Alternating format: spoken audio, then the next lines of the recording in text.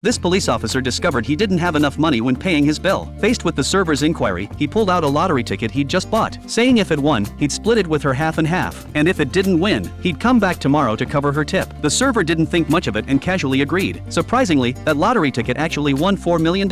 His wife was dancing with joy, but when the man told her about his daytime promise, his wife was adamantly against giving away the $2 million, even wanting him to lie and say he'd only won $500. This put the honest man in a real bind. The next day, the man lingered outside the restaurant, unable to bring himself to go in, because he had never told a lie. Yet he didn't want to hurt his wife. To ease his guilt, he prepared $5,000 and a small gift. However, when the man walked into the restaurant, he still didn't want to deceive anyone. He pulled out the gift he'd prepared, a beautiful eyeglass chain, because yesterday the man had noticed she often couldn't find her glasses. The server happily accepted this thoughtful gesture. Then the man brought up yesterday's agreement, but this time he gave the server the choice: double the meal cost or half the lottery winnings. Sensing the man's kindness, she chose the second option with the mindset of not taking advantage. But then the man told her he'd won $4 million.